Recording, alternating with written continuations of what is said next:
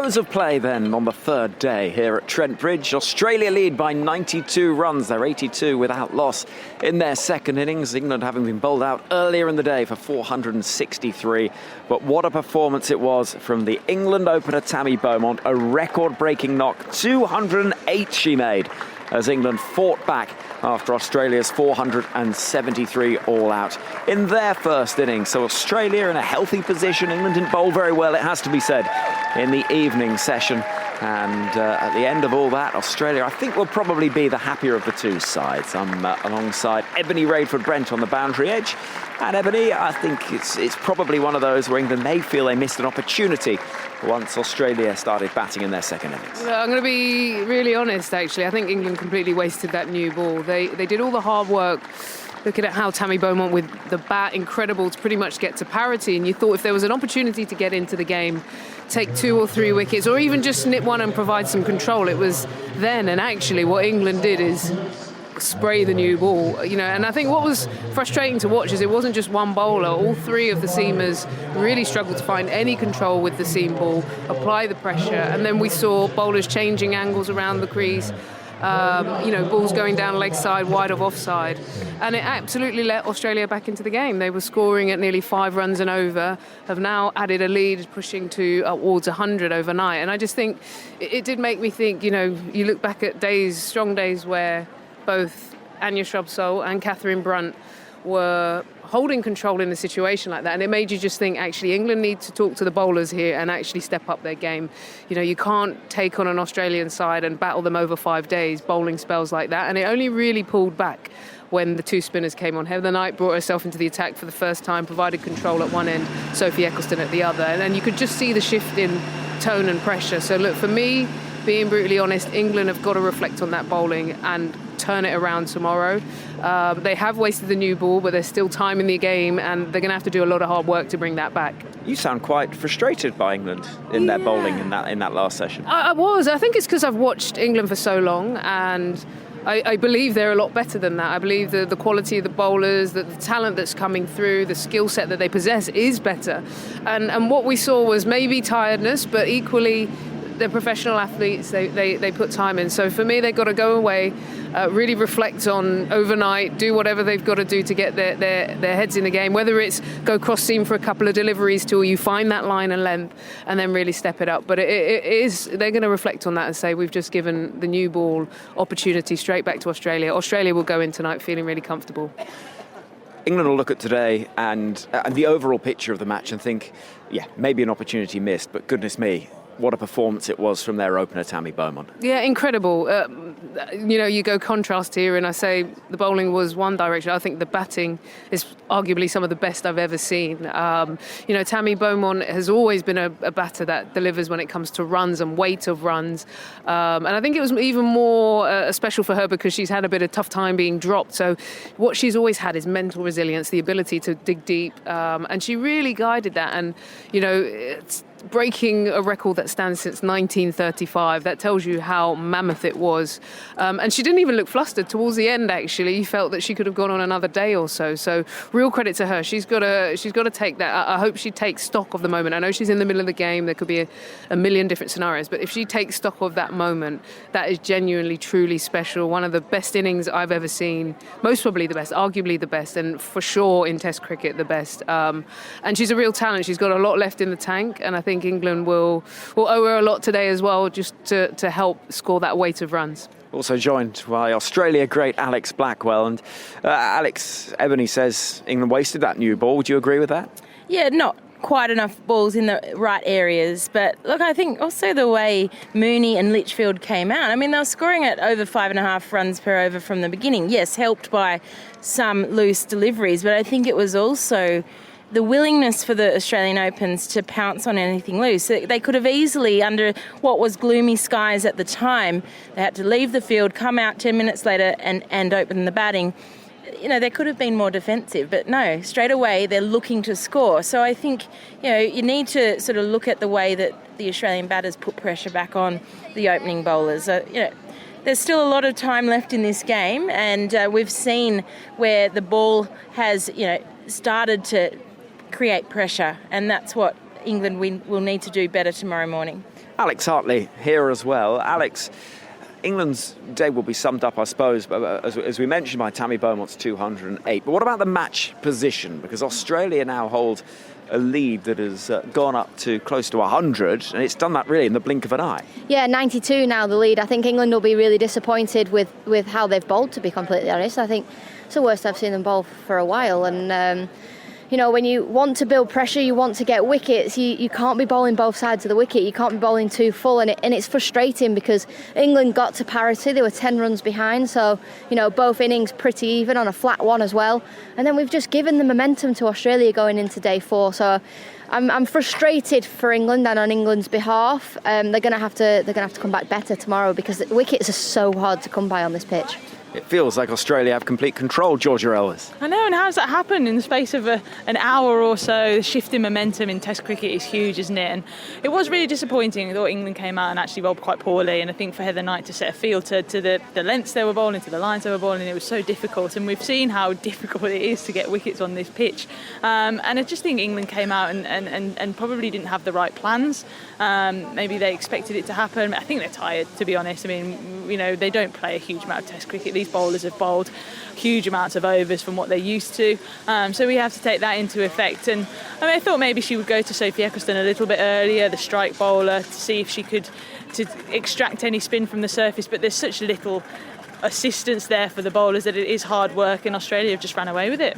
You always look for paths to victory in Test matches, and Australia seems quite clear now. Alex, they bat perhaps until tea tomorrow, and then say to England, can you survive 4 sessions? Yeah, I think the rate that they're batting, helped with some loose deliveries, is going to set up a nice platform for them and to have a bowl late tomorrow. And 2 whole days left of this Test match. I mean, we've been talking about declarations and how we're going to set up the game. I mean, it's just played out as it has. There hasn't needed to be too much aggression and too many funky things that have played out. So we do expect that Elisa Healy will want to set up a bit of a carrot for England and not wait too long. They will want enough time to bowl England out, and we've seen that it's taken a long time to do that. What was funny, I saw Healy on the TV screen in the commentary box when the lead was 82, and she was waving the girls in, just having a bit of a joke, saying, come in, we've got enough. Just shows how in control she feels that they are in this very moment. That weather forecast tomorrow is going to be significant, Georgia, because we think that there could be some rain around in the evening. That adds to the mix, doesn't it?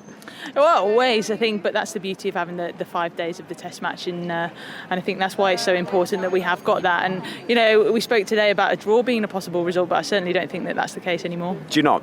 No, absolutely not. I think, England have got to be prepared to lose this game to win it. I think we know that they need the 4 points from this Test match, and they want to play that way. And, now the game is set up for them. That I think you want to see them live by this mantra that they're saying that they're going to play with.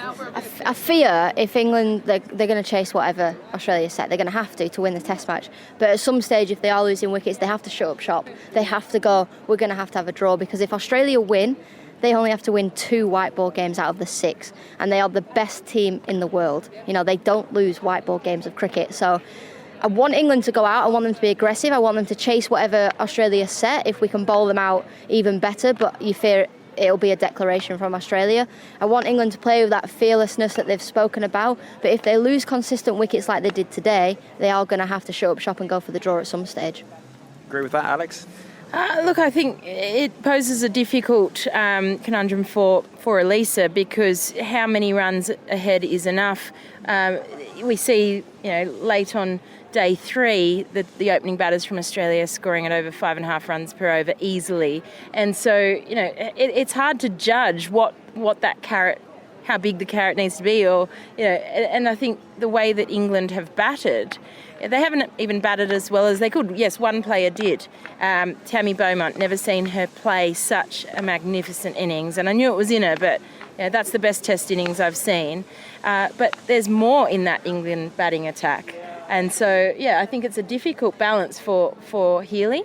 It all depends on how attacking they are tomorrow. So good to see Phoebe again showing that intent. She's so fearless up front, and you can't give her loose deliveries. She hits them for 4. It's significant that spin bowling feels like it is the real threat Yeah, it does. I think we saw Alana King. She's the only bowler that's got a real turn out of this pitch. So she's going to be key going into that fourth innings. She's an unbelievable bowler. But Eccleston, she's just got to bowl full and straight and let the pitch do the talking for herself. Right then, I can see Tammy Beaumont is wandering in this direction. So what we might do is go and do a sort of interception and meet her halfway, because she's done plenty of running around this ground already today. So it seems only fair that we save her a little bit of a trip. She's wearing one of those wide-brimmed bucket hats once again. And Tammy, a well-earned drink in your hand, I should say a soft drink, yes, crucially. Soft drink, many congratulations on that innings, big smile on your face. How was it out there?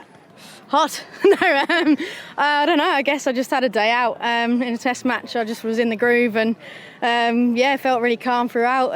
Even on that review, I was pretty confident. What a day. Highest score ever for a woman in the England Test arena. Were you aware of that milestone? No, not at all. I think that's almost why I didn't want to celebrate it. I felt like the job wasn't done.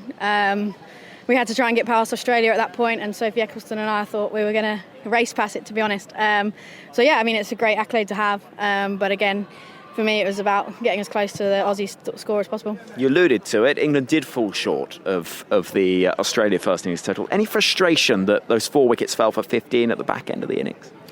No, I think that can happen. I think Talia McGrath played a brilliant spell there after tea, and she bowled really well, got the ball moving about a bit, and bowled a couple of really good balls. So, you can't complain too much. But at least, we've got really close, and it's pretty even in the turn to the second innings. Well, Tammy, well done on your innings. You're out there the whole time. You got to have a few very important partnerships. Can you talk us through some of those partnerships and who helped you along the way? Yeah, I had a lot of help yesterday from the skipper Heather Knight and Nat Siver-Brunt. They've known me for so long. They know when maybe I need a little kick up the bum or just like keep me going. And then today started really well with Nat again. I think the team always scores quickly when she's at the crease, and Danny Wyatt, I think in particular at that point I feel like we could have really taken the game away from Australia. The way she was playing was absolutely beautiful. I think it's always nice to kind of bat with some of your best mates and just try and entertain and have a good time. You went into tea with that Big Daddy 100 in sight. You came out from tea. Your family were all being interviewed on the telly. You noticed them and looked at them and looked away. Did that put extra pressure on you going back out after tea? Yeah, that was a distraction I didn't really need. I don't know what my dad would have said. Probably something like, I told her to start again on not today. And no reverse sweeping. He loves a traditional knock, no ramps or anything like that. It was a bit of a distraction, particularly on 195. But I don't know, today just had something in my brain. I was just really, really in the zone. And every single ball, it didn't really matter what was going on. I felt really clear and really calm. And they tried to make it difficult for me, but I guess they'll say that they're proud later. I'm sure they will. I know you'll say it's about the team performance, but just to look at the individual performance for a moment, is that your highlight as an innings for England? Yeah, I think so. I think, to do it over 2 days after a tough couple of days in the field, it's pretty special. And, highest score in an England shirt against the best team in the world. I think hopefully that'll go down as a highlight in a few years. Hate to bring up a negative, but England's bowling when Australia started batting in that second innings was less than desirable. Is that fair?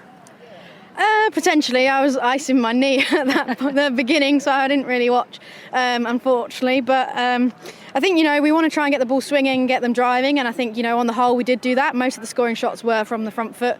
We've just got to club together and come back tomorrow but maybe bowl a bit straighter and try and make it a little bit more difficult. Still confident? Yeah, still confident. There's 2 days to go, plenty of runs and wickets to be taken, and I think the morning session's probably going to be key in terms of who's in charge of the game. But there's however many Australia get, we'll give a good go at chasing down. Well played today, Tammy. Many congratulations on a fabulous innings. Let's speak to Ash Gardner. Ash, well bowled. How do you see the state of play? I'd say we probably have the upper hand just a little bit. I think in the second innings for the English girls, it's going to be pretty hard to bat on. We've seen the odd ball stay pretty low, which is kind of what we expect in a test match wicket. But I think for us, the key is to play nice and straight, to look to get on the front foot, and when we've got ball in hand, just to attack the stumps. How is that pitch playing? Because it feels like it's offering a little more to the spinners than perhaps the seam bowlers. Yeah, it is. And I think it's a wicket where if you miss the stumps, it's almost a free swing out there. And I think Tammy showed that pretty much whenever we missed the stumps, she hit the ball to the boundary. So I think on the flip side, when we've got bat in hand, making sure that if they do miss, we do capitalise on that. And then whenever we get the ball back in hand, making sure that we're relentless in our lines and lengths, because there might be some variation with the bounce or lack of bounce. England's bowling in that period where Australia have put on those 82 runs, it felt pretty loose out there. Does it feel like a bit of a freebie you've got to get this start? I mean, that's the thing with the new ball. It swings or it doesn't swing at the time, and the ball's hard. So it's probably some of the best times to bat. I know once the ball gets quite old and soft, it is quite hard to, I guess, hit it where you want it. And then someone like Eccleston who just hits a spot over and over again. Maybe for us it's looking to not over-attack the pace options, but with pace on the ball, I guess it gives us a bit more freedom as well if they do miss. So it's being able to capitalise on those little moments. Historically, when we've had these conversations, it's heading into the final day 4. We've got the extra day, and it sets up the tantalising prospect of what Australia will potentially choose to set England. Yeah, it's going to be interesting, and it's actually weird because normally, we go, okay, there's one day left. What are we going to do? Are we going to play out a draw? But there's certainly so much time left in the game. 180 overs is a very long time, and we're thinking small at the moment, not really thinking about the result just yet. We want to build a really good partnership and hopefully extend this lead to as much as possible, and then eventually when we get ball in hand, hopefully take 10 wickets. Ash, 4 wickets. 2 of them were from deliveries that didn't turn, but the one that you got, Dunkley, you're proving that you can get turn on this pitch. So is it a deliberate ploy to get those deliveries to just go straight on, which were the big wickets of Knight and Siva Brunt? I wish. Natural variation. I think for me it's being able to, I guess, utilise drift probably more often than not. And for me that's making sure that I'm getting up and over the ball, and I guess sometimes you're quite lucky. I was pretty lucky with Siva Brunt's wicket. Wasn't the greatest delivery that I've probably bowled, but I guess sometimes you need luck on your side, and for me it was with that ball. And are you sensing that we're getting a little bit more turn on this wicket, day 3 now? Are you excited about the fourth innings? Yeah, definitely. And it's not even about turn necessarily. It's about probably the lack of bounce. And I was just saying before, you almost fight your instincts with the ball that is back of a length because you naturally want to go back to it. But on a wicket like this that's deteriorating, you need to go forward. So that probably plays into my hands a little bit more. Of course, if it spins, that's great. But I think, just the variation in the wicket is super important. Just finally, Australia's fielding is something that is the envy of other sides the world over. I counted probably 24 fours that you stopped today. I mean, how important is that as a part of what you do as a side? It's huge. I think the best fielding team wins, and it shows in a test match that you need to stay switched on for long periods, and fielding's a big part of that. You saw Darcy Brown, one of our quicks, getting down and dirty. She saved a lot of runs in the field today, and you can take that with you, and you can take the momentum with what she was able to do, and making sure that we're backing her up as well, and all of us are contributing, which I think most of us did, and we certainly fielded a lot better today than what we did maybe yesterday, Arvo, but I'm looking forward to whenever we get back out there with ball in hand to hopefully change the game with our fielding as well. Ash, well bowled, many thanks for joining us here on Test Match Special. Lovely to speak to Ash Gardner. 4 wickets she took in the England innings. Here's something that won't surprise anybody. Elise Perry is padded up and doing some batting drills out in the middle. It's actually ridiculous, isn't it? It's why she's the best in the world. She just hits balls all the time. As soon as the play was finished, she's actually got her whites on and she's smacking the ball to the boundary. Good old Elise Perry. You know her well from playing for the Loughborough Lightning and the Birmingham Phoenix. Does that surprise you at all? She looks like she's ready to go out to the middle now. Not one bit. It does not surprise me one bit. And actually, I think it's testament to her and how much she loves cricket, how much she loves batting, and how much she just wants to keep improving as a player. I think that's what she said drives her. Not records anymore, not World Cups, because she's won them all. It's just being better as a person and as a player every single day. And she sets the example, doesn't she? I mean, imagine being an Annabelle Sutherland coming in and Elise Perry is your role model and the example that you follow. It's quite magnificent and it's fantastic. I mean, even for us to watch, and it's quite inspiring, really, that she's still got that drive to be better. That fielding question. Alex, because Ash just said to us that she thinks that the best fielding side tends to be the side that wins the game. And Australia just, even that little period of play, I think there were more fumbles in the field from England than we saw in the entire England innings from Australia. Yeah, Ash mentioned that they weren't that impressed with their fielding yesterday up in the comms box. We were raving about it. So they've got hard markers in their own camp, but that goes to show they still feel they can be better. The way that Darcy Brown fields in the boundary, throwing a body around, it's magnificent. I mean, we have seen the efforts of Lauren Bell, for example, tall athlete, didn't quite show as much athleticism with the dives and the rolls, but at least she's giving it a crack. So I think that's what you want to see as the captain. You want to see that the players are putting the body on the line and giving their absolute best. That's all you can ask for, certainly. Kate Cross is just wandering to our right, Alex, someone you knew well, and she headed off the field a little earlier on. We don't know what the situation is, but what's your sense? Any whispers from anywhere? No, that's the first time I've seen her, and she quickly walked away. So I guess she'll know that I want to ask her about whatever's going on. She has got a sore finger. She split the end of her finger.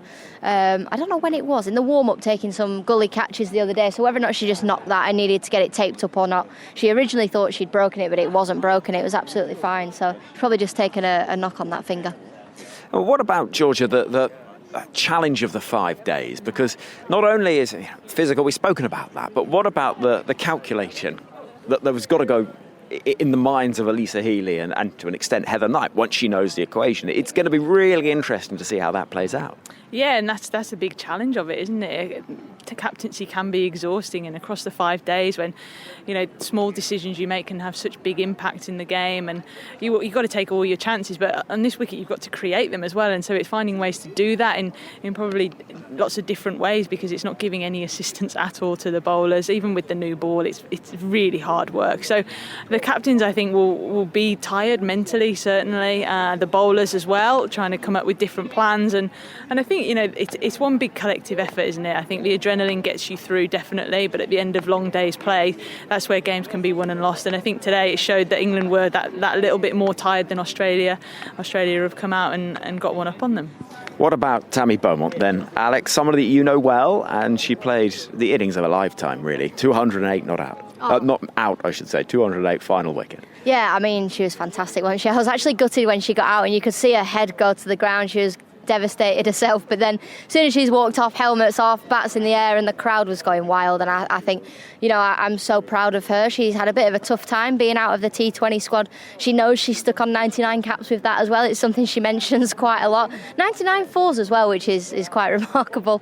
You think you're stuck on that as well. But it's one of those, isn't it, where she's got through those tough times and she's come out the other end. And there was a bit of chat on whether or not she bats quick enough in ODI cricket, but I think she's one of England's best and one of the world's best, and she's definitely proven that today. Georgia, it's one of those innings that in 30, 40 years' time, she'll think back and think, blimey, that was a day.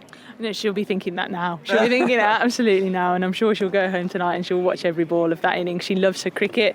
She's an absolute cricket badger, and the fact that she scored big runs last week as well would have stood her in really good stead coming into today, coming into times where she's been tired throughout this innings and she's needed to pull on that bank of concentration and remembering what it's like to score big runs. But she's somebody who loves scoring runs. She's in the nets all the time. She's talking about the game all the time. And so, for her, it's not a huge surprise for me. I think she's always had this sort of innings in her.